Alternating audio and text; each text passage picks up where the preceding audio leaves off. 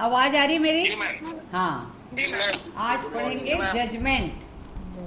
353 CrPC धारा 353 section 353 decision judgement. तो judgement क्या होता है, कैसे होता है, ये बताया जाएगा। जजमेंट के लिए निर्णय, इसको हिंदी में निर्णय बोलते हैं, इंग्लिश में जजमेंट बोलते हैं। तो निर्णय जो है न्यायिक प्रक्रिया का सार होता है और ट्रायल का लास्ट स्टेज भी होता है। तो निर्णय के द्वारा ही पक्षकारों को अनुतोष प्रदान किया जाता है और न्याय प्राप्ति का यही एक माध्यम है। तो जब भी निर्णय दिया जाता है तो उसको लेखबद्ध किया जाना बहुत आवश्यक है। यदि लेखबद्ध नहीं किया गया तो गलत, ये दूषित हो जाएगा, अनियमित हो जाएगा, सुनवाई को अनियमित माना जाएगा। तो इस चैप्टर में 27 में 253 से 265 सेक्शंस तक के इसके बारे में व्यवस्था की गई है, प्रावधान किया गया है। क्या है? 353 निर्णय।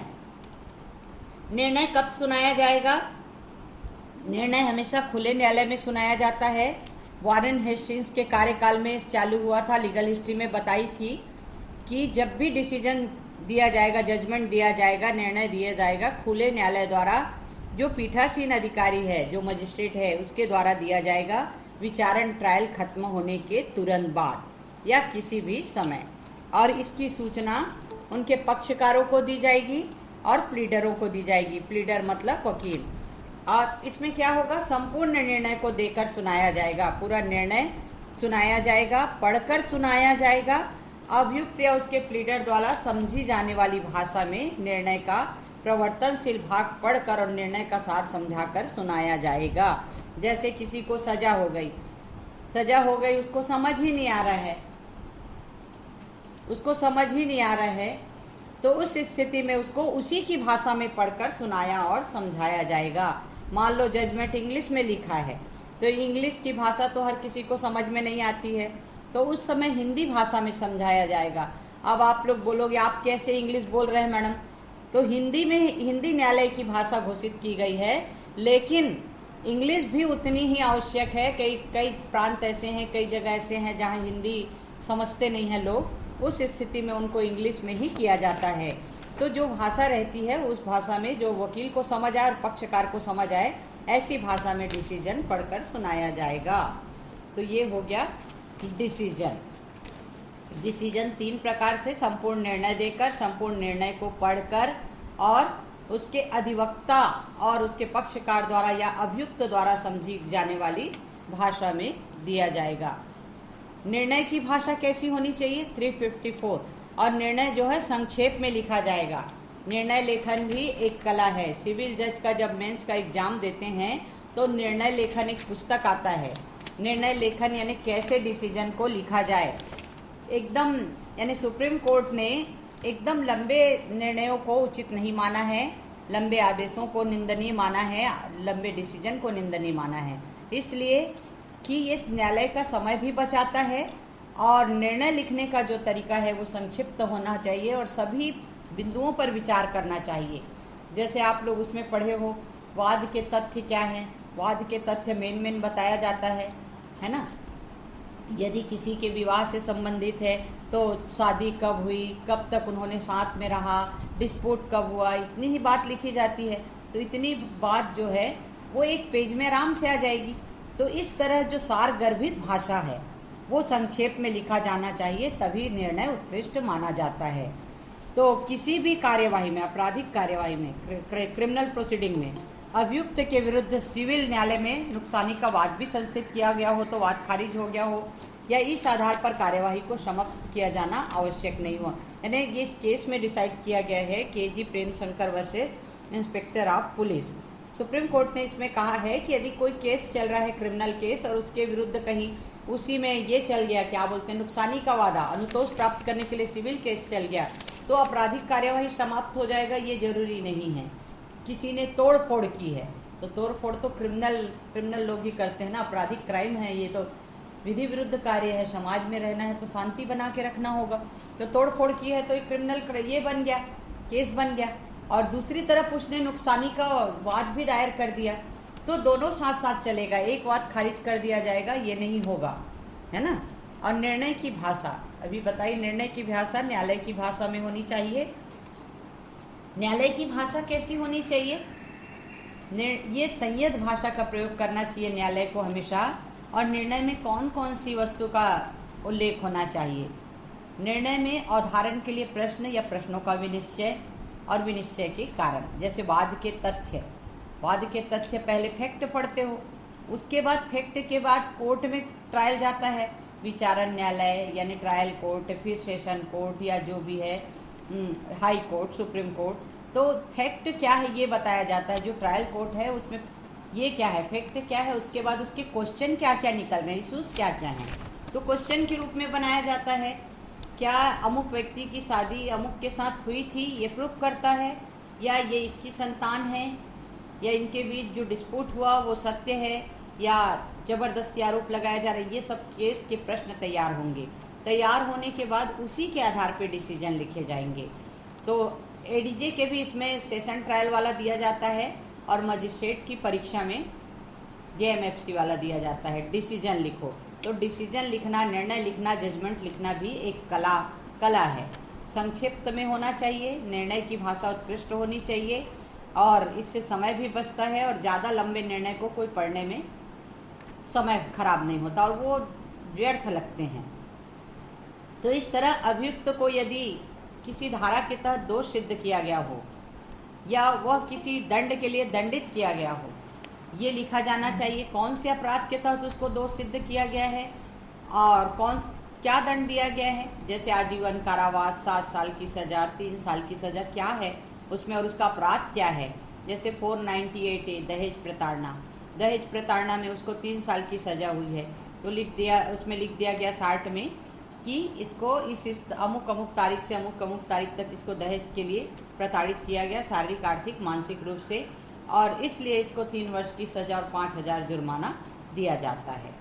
और यदि दोष मुक्ति का है निर्णय, तो उस अपराध का गठन, क्यों दोष मुक्त किया गया है और क्यों छोड़ा गया है, उसको स्वतंत्र कर दिया गया है, तो इसका भी कारण लिखा जाएगा कि प्राइमा फेसी इसका कोई एविडेंस नहीं बन रहा है, और ये जो बातें सामने आई हैं न्यायालय के समक्ष, ये इतनी ठोस या गंभीर बातें नहीं है जिससे इसको सजा दी जा सके। तो दोष मुक्ति का कारण लेखबद्ध किया जाएगा 60 में। यदि संदेह हो कि अपराध कौन सी धाराओं से मिलकर बनता है, एक ही धारा के 2 भागों में आता है, तो इसको भी स्पष्ट किया जाएगा, और बिना स्पष्ट किए डिसीजन नहीं दिया जाएगा। हर चीज़ स्पष्ट होनी चाहिए, हर किसी को समझ आना चाहिए वो ला किया है ना किया है, वो क्रिमिनल है कोई भी है, या जो जहाँ न्यायालय की भाषा समझ नहीं आ रही है वहाँ वकील अपने क्लाइंट को समझाएगा। जब दोष में मुक्ति जो है मृत्युदंड, आजीवन कारावास या कई वर्षों की अवधि से दंडनीय है, तो किसी अपराध के लिए निर्णय दिए जाने के दंडादेश के कारण और मृत्यु दंडादेश की दशा में आदेश के क्या कारण है, विशेष कारण, इसको लिखा जाएगा। स्टेट ऑफ महाराष्ट्र वर्सेस वली मोहम्मद के केस में डिसाइड किया गया है सुप्रीम कोर्ट द्वारा कि जहां मृत्युदंड, आजीवन कारावास या लंबे समय के कारावास की सजा का दंड दिया गया है, तो दंडादेश का कारण और मृत्यु दंडादेश क्यों दिया गया है इसका भी कारण लिखा जाएगा। जब दोष सिद्धि 1 ही वर्ष या उसके अधिक कारावास से दंडनीय अपराध का हो, तो न्यायालय 3 माह से कम अवधि के कारावास का दंड अधिरोपित करे, तब ऐसे दंड में अपने कारण को लिखा जाए। यदि सजा हुई है 1 ही साल में, 1 ही वर्ष में, उससे अधिक अवधि के कारावास में, मतलब जैसे केस चलते चलते मान लो 3 साल की सजा, 5 साल भी चल जाता है केस, उस स्थिति में कारण को लिखा जाना आवश्यक है। जब किसी व्यक्ति को मृत्यु दंड दिया गया है, तो यह निर्देश कि अपराधी को गर्दन में फांसी लगाकर तब तक लटकाया जाए जब तक वह मर ना जाए, ये भी उसमें आदेश दिया जाएगा। और जब मृत्यु दंड दिया जाता है सेशन कोर्ट द्वारा, तो इसको हाई कोर्ट पुष्ट करती है, तभी उस मृत्यु दंड को अप्लाई किया जा सकता है, उसको मान्य किया जा सकता है। मृत्यु दंड सेशन कोर्ट से हो गया, फांसी की सज़ा लगा दी, ऐसा नहीं है। इसको हाई कोर्ट जब तक अप्रूव नहीं करेगा तब तक ये जो मृत्यु दंड वाला आदेश है वो मान्य नहीं होगा। Prem Kaur versus state of Punjab के मामले में सुप्रीम कोर्ट ने कहा है कि निर्णय में निष्कर्ष के कारण दिए जाने आवश्यक है। निष्कर्ष, कारण के बिना निकाला गया निष्कर्ष विधि की दृष्टि से निर्णय नहीं कहा जा सकता, और जो न्यायालय का निर्णय है 350 कोश की अपेक्षाओं के अनुरूप होना चाहिए। मतलब वो जो छोटे छोटे क्वेश्चन बताई उसके छोटे छोटे आंसर, तो उस तरह से जो क्वेश्चन निकला है, तो सुप्रीम कोर्ट के समक्ष ये विचारणीय प्रश्न है। इसमें पढ़े होंगे आप लोग ने लीडिंग केस में, वही विचारणीय प्रश्न है कि डिस्प्यूट किस लिए हुआ और उसके जो छोटे छोटे क्वेश्चन है उसके आंसर क्या हो सकते हैं, इसी फैक्ट में से निकाला जाएगा। अब इसमें है A.K. जोसेफ वर्सेस केरल राज्य के केस में कि किसी भी मामले का दंडादेश का उदाहरण अनेक बातों पर निर्भर करता है। जैसे कौन कौन सी बातें? अपराध की प्रकृति, नेचर क्या है, उसके कारित किए जाने के ढंग जैसे उसमें पढ़े होंगे धारा 100 में, IPC 100 में, और उसके बाद लगातार वही उसी से रिलेटेड है अमजद खान वर्सेस स्टेट वाला केस है। इसमें कहा गया है कि अपनी प्रतिरक्षा के लिए यदि कोई व्यक्ति कोई ये करता, अपने बचाव के लिए कोई कार्य करता है, वो अपराध की श्रेणी में नहीं आता। तो यहाँ दंगे हुए थे, दंगे में उसके घर में घुसने वाले थे, तो इन्होंने अपना हथियार वगैरह निकाल कर प्रयोग किया था अपने बचाव के लिए, अपने परिवार के बचाव के लिए, अपने संपत्ति के बचाव के लिए। तो किस लिए अपराध किया गया है? यदि ज़बरदस्ती किसी को उकसाया जाता है, दुष्प्रेरित किया जाता है, तो उतावलेपन से आके भी वो कोई गंदी भाषा का प्रयोग कर देता है, अश्लील भाषा का, या फिर कोई ऐसा कार्य कर देता है उतावलेपन से, तो इस स्थिति का भी ध्यान रखा जाएगा। जब अपराध की प्रकृति को ध्यान में रखा जाएगा तो क्यों कारित किया गया उसको भी ध्यान में रखा जाएगा।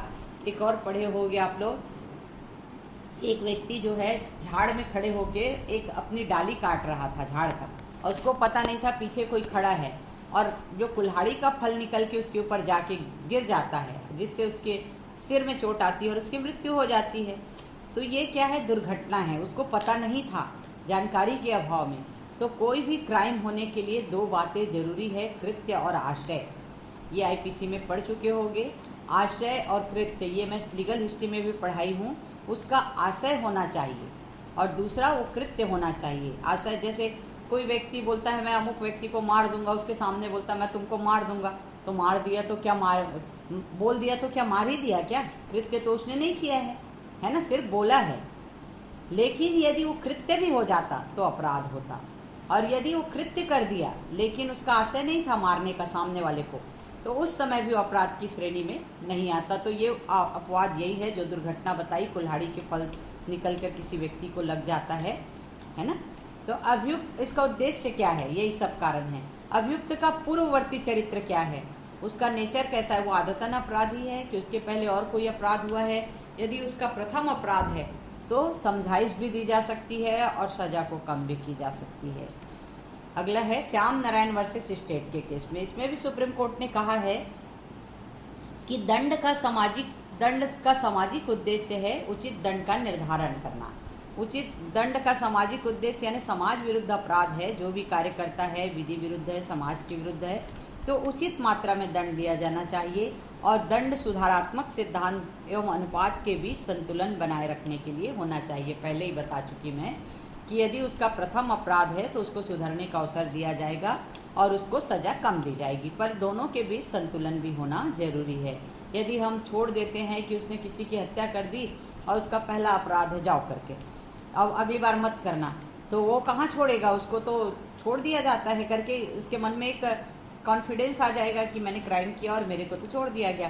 तो इस तरह से अपराधी के मनोबल को उठाना नहीं है, दोनों के बीच संतुलन बनाए रखना है। हजारा सिंह बनाम राजकुमार, इस केस में भी सुप्रीम कोर्ट ने कहा है कि दंड अपराध की गंभीरता के अनुपात में होनी चाहिए और सामाजिक हित को ध्यान में रखा जाना चाहिए।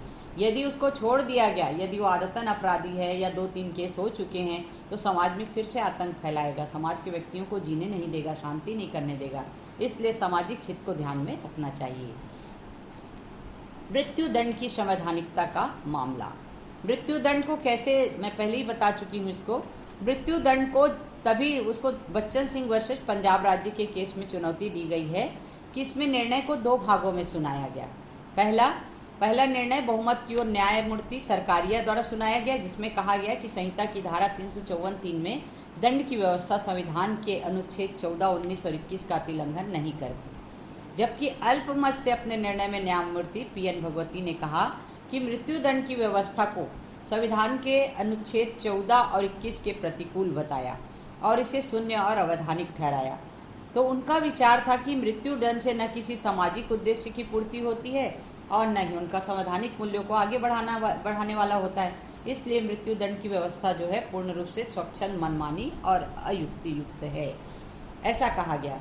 लेकिन मृत्यु दंड के केस में सुशील वर्सेस स्टेट ऑफ झारखंड में एक नया दृष्टिकोण सामने आया और उच्चतम न्यायालय द्वारा कहा गया कि मृत्यु दंड अत्यंत विलक्षण प्रकृति के मामलों में दिया जाना चाहिए, यानी जो रेयर केसेस में दिया जाना चाहिए।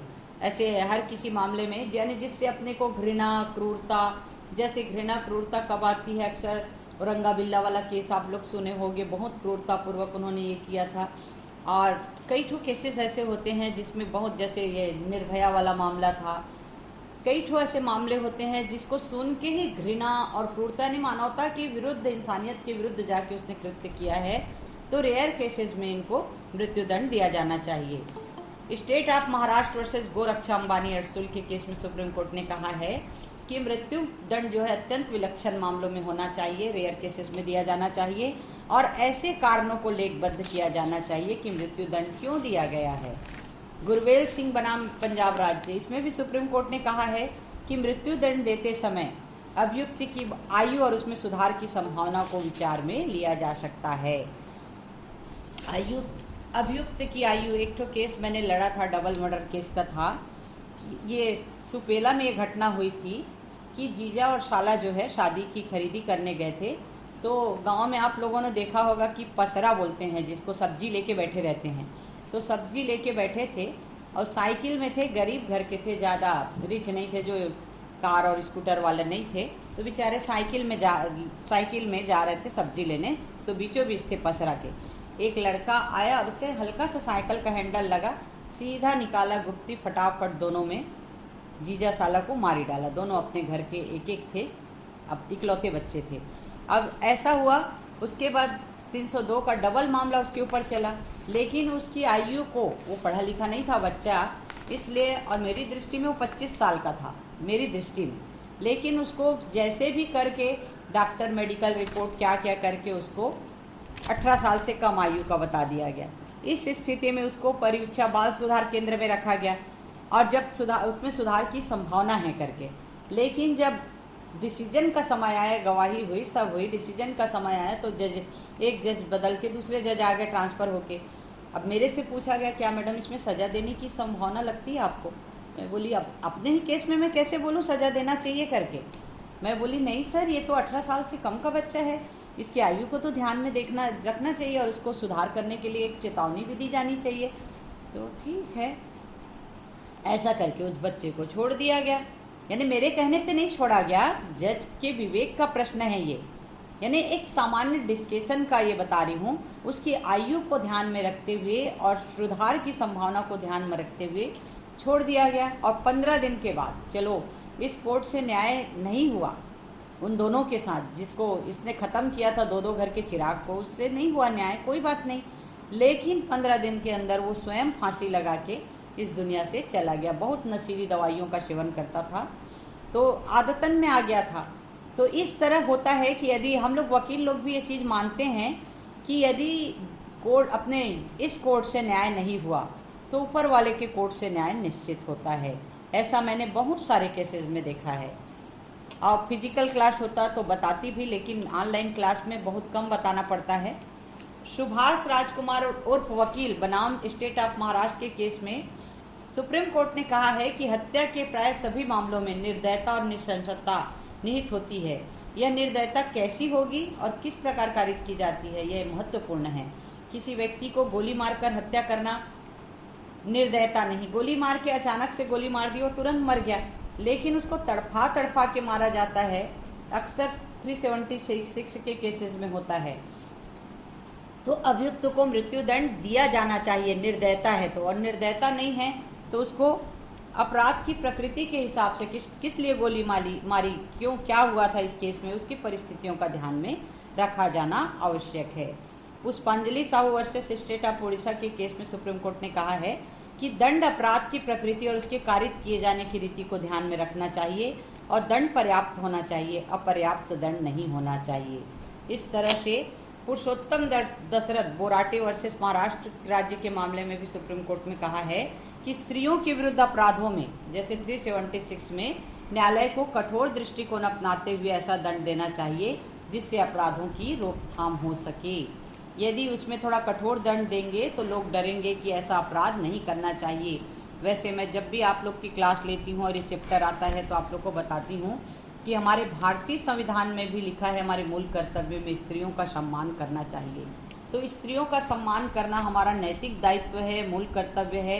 और हर जितने मेरा लेक्चर सुन रहे हैं सबके घर मम्मी हैं, बहन हैं, बेटी है, भतीजी है, लेकिन उन लोगों को ही ध्यान में रखते हुए कभी एक क्राइम की तरफ आगे नहीं बढ़ना चाहिए। किसी की भी ना, किसी के घर की बेटी, बहू जो भी है, भतीजी है, बहन है, इस तरह से किसी का अपमान कभी नहीं करना चाहिए। और यदि आप लोग अपना नैतिक दायित्व समझते हो कि हमारे घर की बेटियां हैं, बहन है, भतीजी है, जो भी है, तो ऐसे अपराध आगे नहीं बढ़ेंगे और समाज में शांति व्यवस्था बनी रहेगी।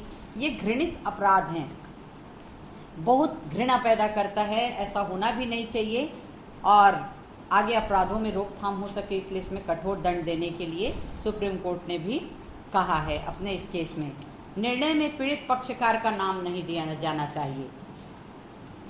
निर्णय में जब पीड़ित पक्षकार जो रेप केसेस की शिकार महिला है उसका नाम नहीं दिया जाना चाहिए 228 का में ऐसा व्यवस्था किया गया है ट्रायल कोर्ट के लिए। जब ट्रायल कोर्ट में प्रोसीडिंग होती है तो कैमरा प्रोसीडिंग बोलते हैं, रूम बंद करके प्रोसीडिंग की जाती है ताकि महिला के सम्मान को क्षति ना पहुंचे। जो हो गया वो तो रोक नहीं सकते, हो गया है, लेकिन आगे महिला के सम्मान को ध्यान में रखते हुए दोनों पक्ष के वकील रहते हैं, दोनों पक्षकार रहते हैं जिसकी गवाही होनी है और जज रहते हैं। एक बार मेरे साथ भी ऐसा हुआ था, एक केस में मैं खड़े हुई थी अपने 376 के केस में, तो लड़की के तरफ से खड़े हुई थी। 302 में अनुमति लेके खड़े होते हैं, यदि लड़की को विश्वास नहीं है सरकारी वकील के तरफ से के ऊपर तो अपने तरफ से वकील खड़े कर सकते हैं। तो मैं खड़ी हुई थी, लेकिन सामने वाला वकील साहब बोल दिया यदि मैडम रहेंगी तो मैं गवाही नहीं लूँगा, क्योंकि हर किसी से दुर्कोर्ट में मैंने लंबे समय प्रैक्टिस किया है, सबके साथ मेरे अलग ही रिलेशन है, अपने एक पारिवारिक माहौल है सबके साथ, कोई बड़े भाई कोई छोटे भाई, इस तरह से। तो मैं अपनी बहन के सामने ये सब बयान नहीं ले सकता, इसलिए मैडम को आप बाहर निकलने बोलिए। तो कातुलकर साहब थे 6 एडीजे, वो बोले कि यदि मैडम जज के इसमें रहती तब भी आप ऐसा करते क्या? मैडम को मैं निकाल नहीं सकता, यदि वो स्वेच्छा से बाहर जाना चाहती तो जा सकती। फिर मेरे को मजबूरन बाहर निकलना पड़ा। यहाँ पर ऐसा नहीं है कि मैंने अपने केस को लूज कर दिया, मेरे सामने वाले वकील के ऊपर भी विश्वास था कि वो मेरे केस को गड़बड़ाने नहीं देगा, मेरी जो क्लाइंट है उसको गलत क्वेश्चन ऐसा नहीं करेगा, जो जायज़ है उसको जानबूझ के धमकाएगा नहीं, मेरे को विश्वास था, इसलिए मैं बाहर निकल गई और उस केस की सुनवाई बंद कमरे में हुई। इस तरह एक और केस है Bhupendra Sharma versus state of Himachal Pradesh. इसमें उच्च न्यायालय और उच्चतम न्यायालय द्वारा अपने ही निर्णयों में बलात्कार की शिकार महिला का नाम नहीं दिया जाना चाहिए, क्योंकि इससे सामाजिक प्रतिष्ठा और भावी जीवन पर प्रतिकूल प्रभाव पड़ता है। यदि लड़की की शादी नहीं हुई है तो आगे शादी लगने में बहुत मुश्किल जाती है, उसका पूरा सामाजिक जीवन जो है अस्त व्यस्त हो जाता है, उससे कोई शादी नहीं करेगा, नाम ये कर लेगा तो यानी बहुत कम होते हैं जिनकी जो सामाजिक प्रतिष्ठा वापस मिल सकती है, लेकिन ये संभव है ही नहीं, उसके भावी जीवन पर बहुत प्रतिकूल प्रभाव पड़ता है, इसलिए नाम नहीं दिया जाना चाहिए, ऐसा कहा गया है। अब महानगर मजिस्ट्रेट का निर्णय 355। महानगर मजिस्ट्रेट यदि वो डिसीजन लिखेगा तो क्या लिखेगा? मामले की क्रम संख्या लिखेगा, अपराध किए जाने की तारीख लिखेगा, यदि कोई परिवादी है तो उसका नाम लिखेगा, अभियुक्त का नाम लिखेगा, माता पिता का नाम लिखेगा, निवास स्थान लिखेगा, अपराध जिसका परिवाद किया गया है साबित हुआ है, अभियुक्त का अभिभाषक प्ली और उसकी परीक्षा यदि कोई हो तो अंतिम आदेश, आदेश की तारीख, और उन सभी मामलों में 373 या 374 के अधीन अंतिम आदेश के विरुद्ध अपील होती है तो निर्णय के कारणों को लिखेगा और उसका संक्षिप्त कथन लिखेगा। दोष सिद्धि के कारणों को इस प्रकार लिखेगा जिससे उच्च न्यायालय पुनरीक्षण के समय ये डिसीजन के कि ऐसी दोष सिद्धि के लिए मजिस्ट्रेट के समक्ष पर्याप्त आधार थे या नहीं। इमानन वर्सेस एम्परर के केस में कलकत्ता हाईकोर्ट ने कहा था, पूर्वतन सिद्ध दोष अपराधी को अपने पते की सूचना देने का आदेश 356 356 में पूर्वतन दोष सिद्ध अपराधियों को उसके छोड़े जाने के बाद 5 वर्ष की अवधि तक के लिए अपने निवास और उसमें होने वाले किसी परिवर्तन या ऐसे निवास की अनुपस्थिति की सूचना देने का आदेश प्रदान करने की शक्ति प्रदान की गई है। यदि वो पहले से दोष सिद्ध अपराधी है और उसको छोड़ दिया गया है तो 5 साल तक वो अपने निवास स्थान में परिवर्तन नहीं करेगा, ऐसा इसमें समझाइश दी जाएगी। और यदि किसी कारणवश करता है, कभी स्थिति ऐसी है, मान लो जहाँ किराए में रहता है घर गिरने वाला है या बाढ़ से क्षतिग्रस्त हो गया, उस स्थिति में वो अपने पते का जो परिवर्तन हुआ पता है वो कोर्ट को तुरंत देगा। प्रतिकर देने का आदेश 357, प्रतिकर देने का आदेश 357 में प्रतिकर मतलब उसको अनुतोष, ये सकारात्मक है या नकारात्मक ये तो बाद में कारण सहित बताया जाएगा। तो जहां न्यायालय जुर्माने या दंडादेश या कोई ऐसा आदेश देता है जिसका जुर्माना भी एक भाग है, यदि हम जुर्माना दे देते हैं, जैसे बहुत सारे केसेस में, समरी ट्रायल केसेस में बार बार बताती हूँ 3 महीने की सज़ा है और वो जुर्माना दे देता है तो 3 महीने की भी सज़ा उसको नहीं होगी। तो अभियोजन यदि केस चलाता है, अभियोजन और अभियुक्त 2 पार्टी होते हैं जिसको अभियुक्त की तरफ से स्टेट वर्सेस कहा जाता है। तो अभियोजन को जो भी खर्च हुआ है अपने केस लड़ने के दौरान, यदि अभियोजन पक्ष केस जीत जाता है तो उसके पूरे व्यय को भुगतान करने का आदेश दिया जाएगा प्रतिकर। उससे यदि कोई क्षति हुई है उस अपराध से, जैसे घर में चोरी किया है, तोड़ फोड़ किया है, तो सिविल न्यायालय में वैसा प्रतिकर प्राप्त कर सकता है। तो इस तरह से प्रतिकर का आदेश, यदि चोरी है, आपराधिक दुर्विनियोग है, आपराधिक न्यासभंग है, छल है, तो ऐसे व्यक्तियों को प्रतिकर दिए जाने के लिए कहा जाएगा। अगला है पीड़ित प्रतिकर स्कीम। ये स्कीम अलग अलग बदलते रहती है, जैसे 376 का है। 376 के मामले में अक्सर होता है कि पीड़िता को यदि ST है या जो भी है उसको ज़्यादा पैसा मिलता है, या कोई सामान्य जनरल का है उसको भी पैसा मिलता है। तो 376 के केस में कलेक्ट्रेट में एक ऑफिस है, वहाँ जाकर वो आवेदन कर सकती है और उसमें पैसा दिया जाता है। पीड़ित प्रतिकर स्कीम बोलते हैं इसको।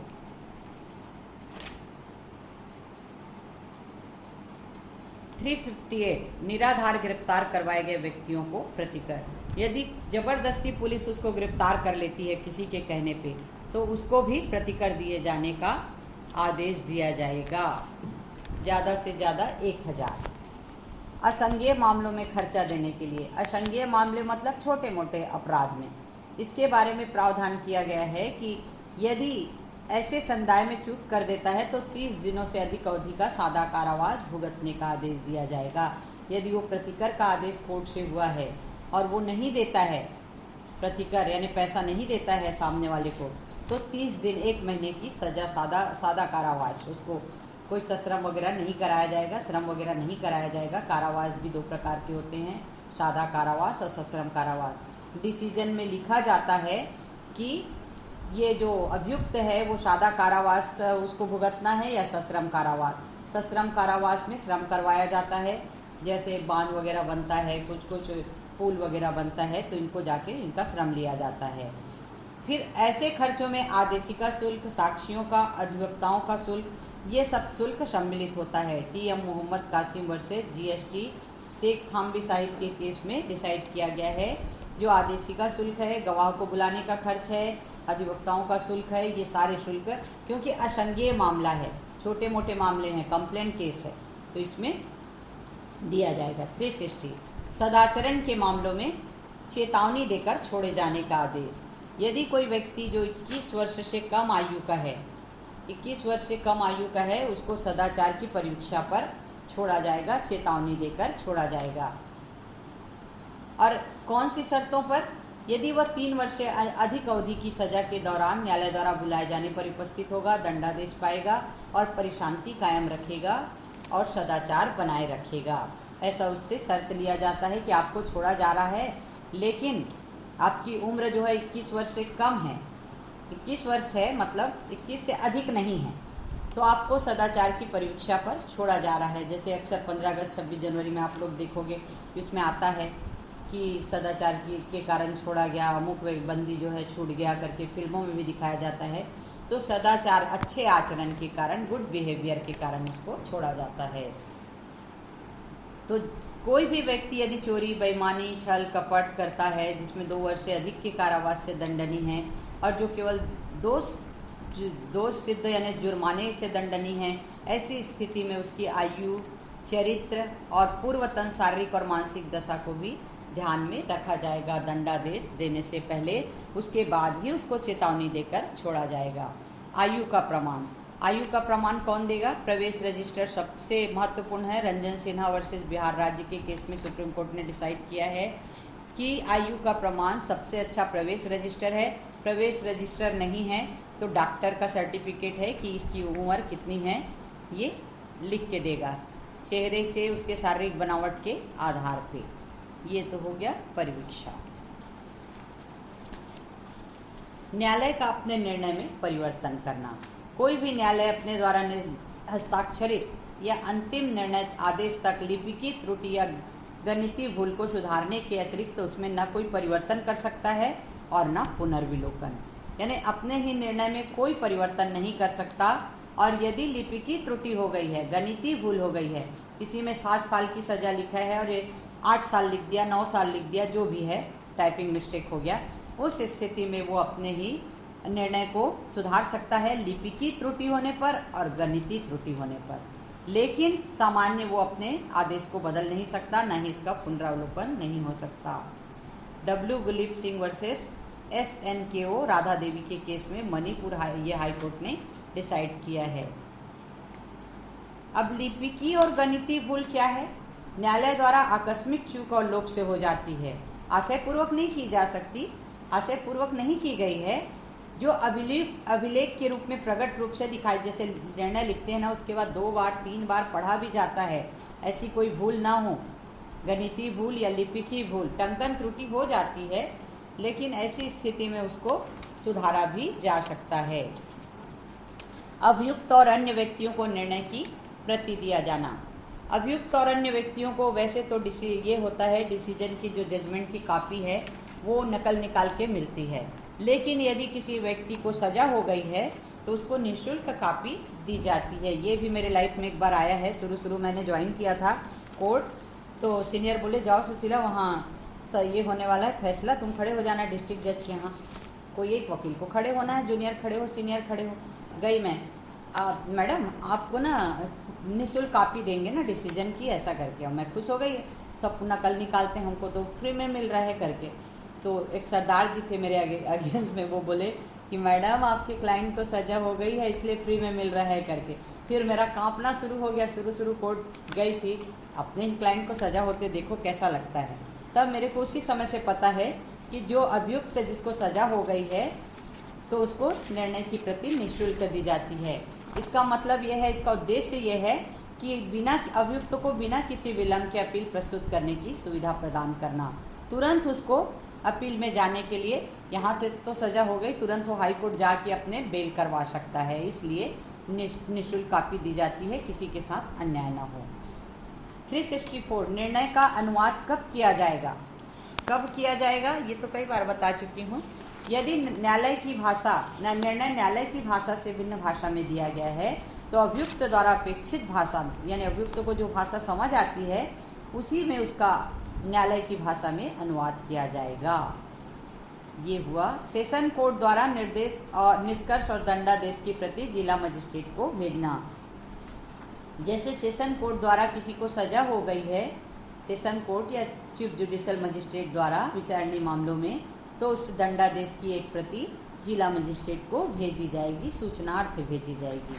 तो ये हो गया डिसीजन, जजमेंट। किसी को कुछ पूछना है?